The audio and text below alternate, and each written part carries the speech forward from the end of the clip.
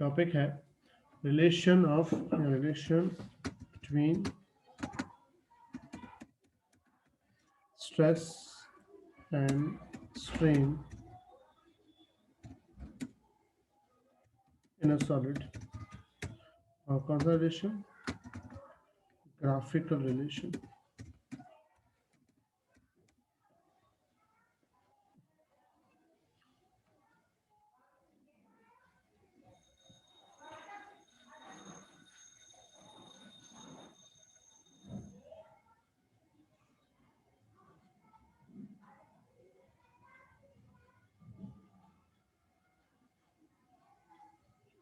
ठीक है, यहां लेते हैं हम स्ट्रेस, यहां लेते हैं हम स्ट्रेन। मतलब ये सिग्मा, ये एप्सिलॉन, दोनों में हमें रिलेशन लगा है। अच्छा मुझे बताओ, अकॉर्डिंग टू हुक्स लॉ क्या था? What is Hooke's law?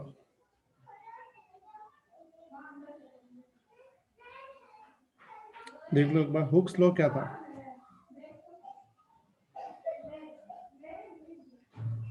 For very small deformation, stress is directly proportional to strain. Stress and strain are proportional, but यहाँ पर लिखा था फॉर वेरी स्मॉल डिफॉर्मेशन, ऐसा वर्ड भी मैंने आगे लिखवाया होगा। मतलब जब तक डिफॉर्मेशन बहुत कम है, मतलब चेंज बहुत कम होता है, तब तक स्ट्रेस वर्सेस स्ट्रेन होता है। मतलब कि स्टार्टिंग में इन दोनों का ग्राफ जो है ना, वो लीनियर आएगा।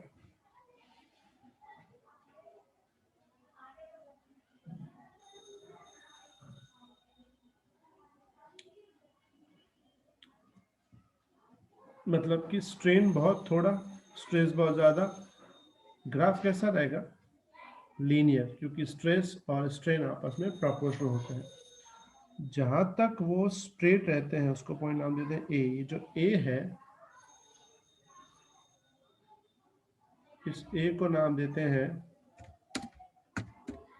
Proportionality limit.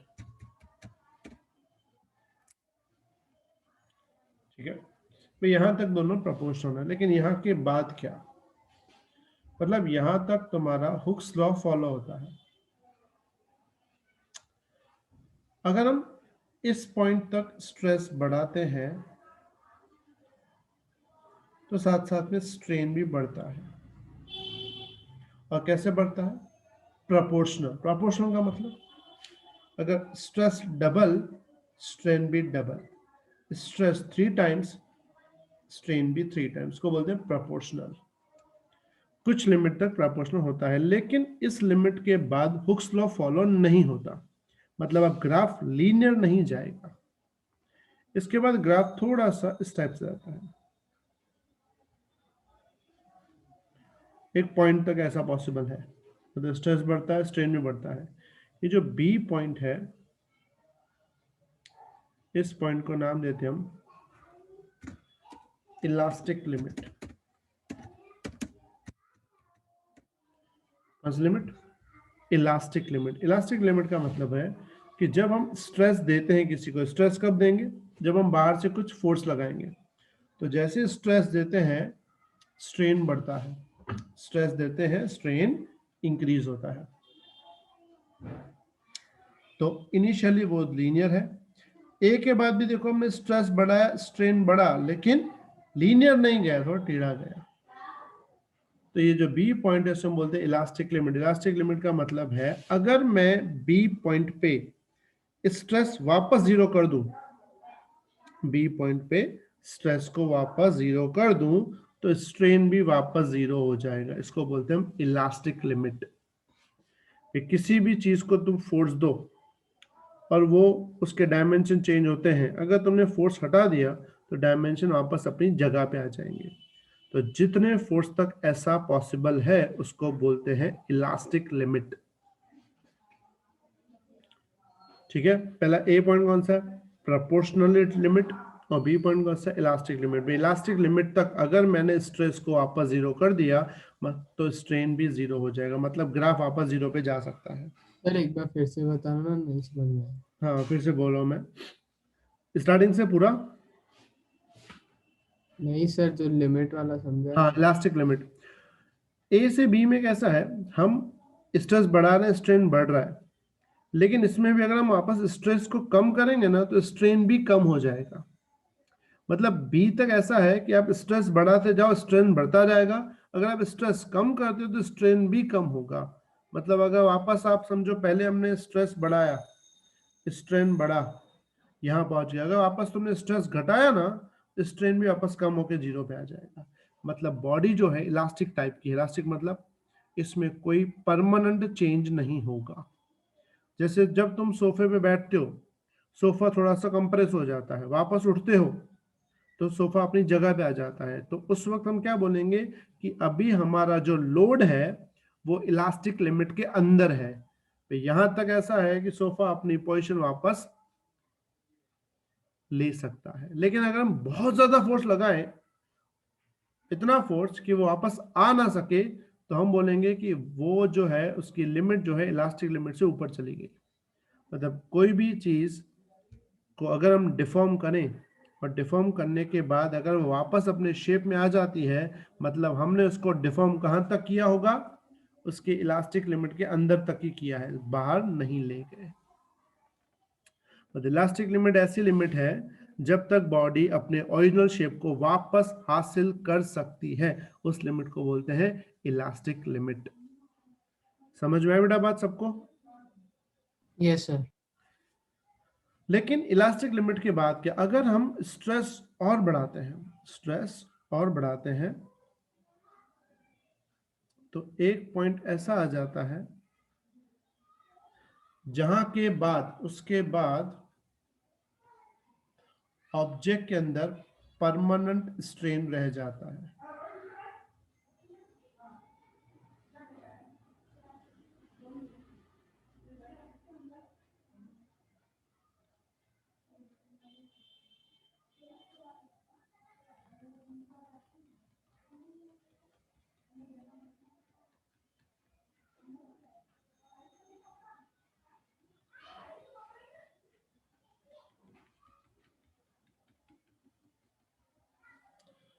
ये जो सी है ना, इस सी को हम लोग नाम देते हैं परमानेंट सेट।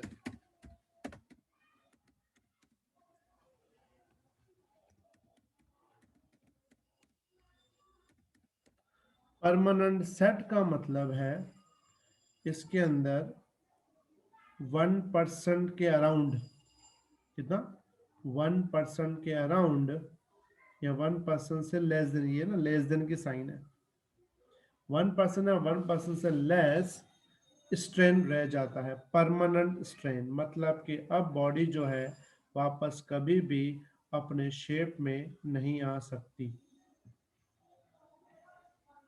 बॉडी का शेप एक बार बिगड़ गया सो बिगड़ गया। समझ में आया बेटा बात? बी तक कैसा था, बॉडी को अगर स्ट्रेस आप वापस लेते हो तो वापस अपनी ओरिजिनल पोजीशन में आ जाएगी, लेकिन एक बार आप सी पे पहुंच गए, सी पे एक बार पहुंच गए तो हम लोग वापस जीरो स्ट्रेन में नहीं आ पाएंगे, हमारे अंदर कुछ ना कुछ स्ट्रेन रह जाएगा। समझ में आया बेटा बात? Clear? It is called permanent set. Clear everyone? Yes sir. Sir Yes. अब इसके बाद और भी अगर हम स्ट्रेस बढ़ाते हैं तो स्ट्रेस बढ़ते बढ़ते बॉडी जो है एक ऐसा पॉइंट आएगा जिस पॉइंट पे बॉडी टूट जाती है, और जिस वक्त बॉडी टूट जाती है उसको हम नाम देते हैं फ्रैक्चर पॉइंट। कौन सा पॉइंट? Fracture point. मतलब अब बॉडी जो है वो क्या हो जाएगी, टूट जाएगी। समझ में आया बेटा बात? मतलब इसके बाद बॉडी जो है अपनी ओरिजिनल शेप में तो नहीं आएगी, लेकिन मटेरियल क्या हो जाएगा, टूट जाएगा। भाई इतना सारा स्ट्रेस दें, इतना सारा फोर्स दें कि इस फोर्स के बाद बॉडी क्या हो जाएगी, टूट जाएगी। समझ में आया बेटा सबको बात? मतलब जब हम किसी भी बॉडी पे स्ट्रेस देना स्टार्ट करते हैं तो उसमें स्ट्रेन भी जनरेट होता है, तो ए पॉइंट तक दोनों प्रोपोर्शनल रहते हैं। बी पॉइंट तक बॉडी वापस अपने ओरिजिनल शेप में आ सकती है, लेकिन एक बार सी पे पहुंच गई तो बॉडी अपने ओरिजिनल शेप में नहीं आ पाएगी। और डी पे तो बॉडी क्या हो जाएगी, टूट जाएगी। समझ में आई सबको बात इतना? Yes, sir. Yes, sir. D और डी के बीच में जो पोर्शन है, ये वाला पोर्शन, इतना सा जो पोर्शन है ना, इस पोर्शन को हम लोग नाम देते हैं प्लास्टिक डिफॉर्मेशन। क्या नाम देते हैं? प्लास्टिक डिफॉर्मेशन, ये वाला पोर्शन। अगर ये वाला पोर्शन बहुत लॉन्ग है, if plastic deformation is long, if plastic deformation is long, the material is known as ductile। क्या वर्ड यूज करते हैं मटेरियल को? ductile। but if plastic deformation is short, plastic deformation is short, the material is known as brittle। अब इसका क्या मतलब है ductile और ब्रिटल का? किटकैट चॉकलेट खाई सबने? KitKat, Yes, sir. Yes, sir. उसको जब Yes, हम sir. तोड़ते हैं तो थोड़ी सी बैंड होती है और टूट जाती है। क्या उसको पूरी बैंड कर सकते हैं हम लोग? No, sir. तो सिंपल बात है, थोड़ी सी बैंड करते टूट जाती है। तो जब मटेरियल में थोड़ा सा बैंड होने के बाद वो मुड़े नहीं, टूट जाए, ऐसे मटेरियल को बोलते हैं ब्रिटल मटेरियल। लेकिन अगर जिसको हम फोर्स लगाएं वो बैंड हो जाए, टूटे नहीं, उसे बोलते हैं डक्टाइल मटेरियल। जैसे समझो तुम्हारे पास आयरन की एक रॉड है, अगर उसको तुम दोनों हाथ से पकड़ के मोड़ो, अगर मुड़ती है तो मुड़ के वो टूटेगी नहीं, पूरी की पूरी मुड़ जाएगी। अगर तुम्हारे पास बहुत ताकत है तो वो मुड़ जाएगी, लेकिन टूटेगी नहीं। ऐसे मटेरियल को बोलते हैं डक्टाइल मटेरियल। डक्टाइल में क्या होता है, बहुत ज्यादा फोर्स पे वो जल्दी नहीं टूटता। ब्रिटल कैसा होता है, थोड़े से फोर्स पे मटेरियल क्या हो जाता है, टूट जाता है। समझ में आया बेटा बात?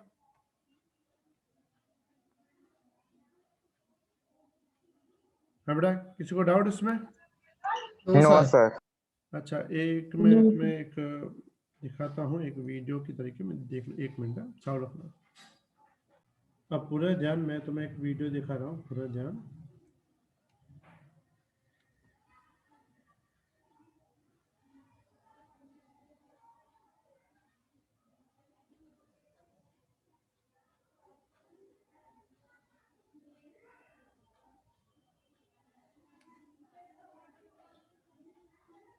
मेरी स्क्रीन दिख रही है तुमको?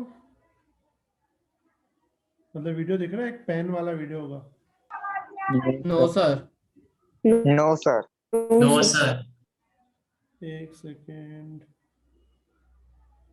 नाउ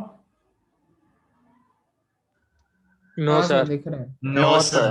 अच्छा, तुम वो अपने स्टूडेंट्स जहाँ होते हैं, जहाँ तुम्हारा नाम होता है, वहां देखो, एक जितेंद्र सोनी करके और भी होगा एक वीडियो।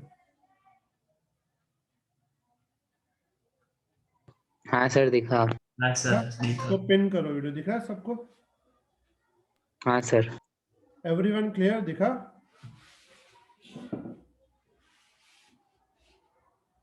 बेटा किसी को ऐसा है जिसको नहीं दिखा?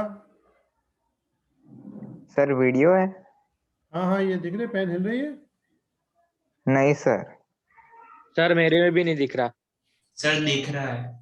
मतलब तुम स्टूडेंट्स में जाओ, वो नहीं होते, लिस्ट होती है कितने पार्टिसिपेंट्स हैं, उसमें एक और जितेंद्र सोनी करके होगा जिसमें पेन का वीडियो चल रहा है, देख लो एक बार।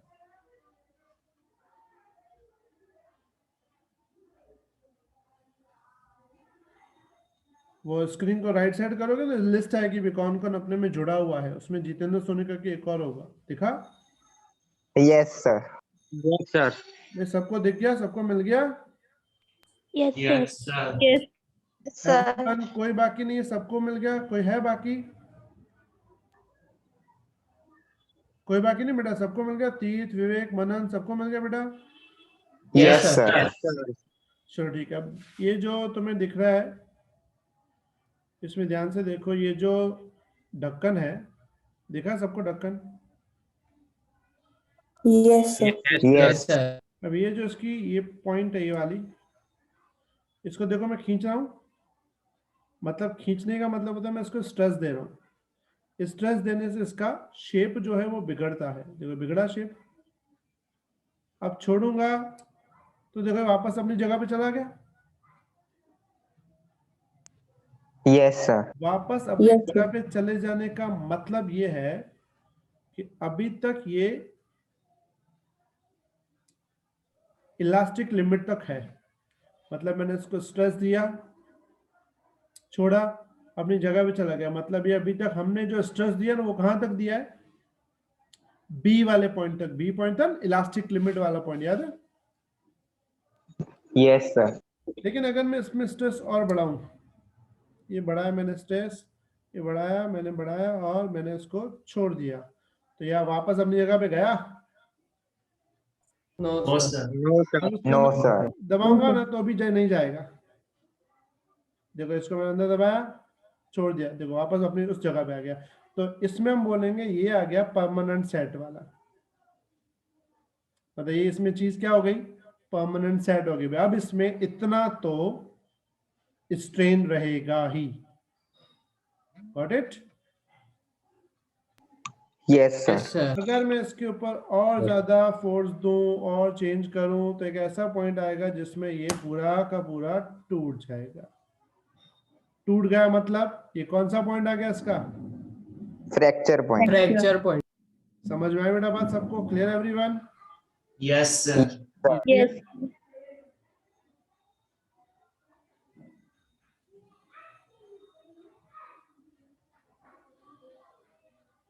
किसी को डाउट इसमें?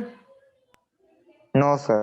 No, sir. No. चलो अभी फटाफट ये पूरा ध्यान इसमें ये दिखा ग्राफ सबको?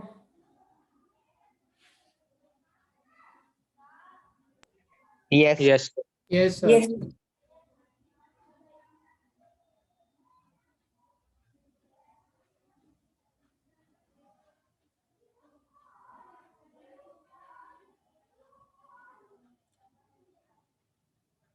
ये जो हमने नहीं बोला था,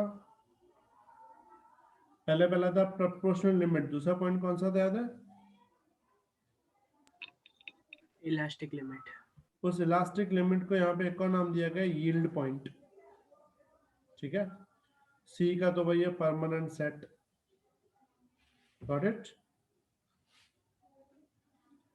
अच्छा इसमें Yes, sir. ये तो सॉलिड का है। ये जो एक ग्राफ यहाँ देखो, फिगर 9.4 दिख रही है?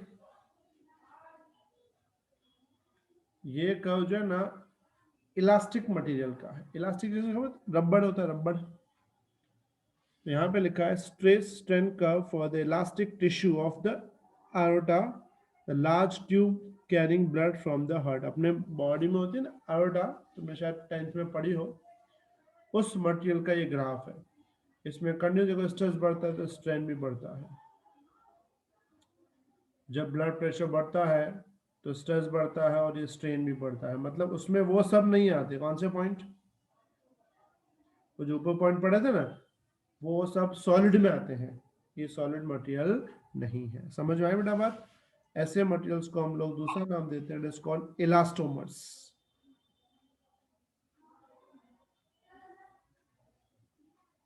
क्लियर?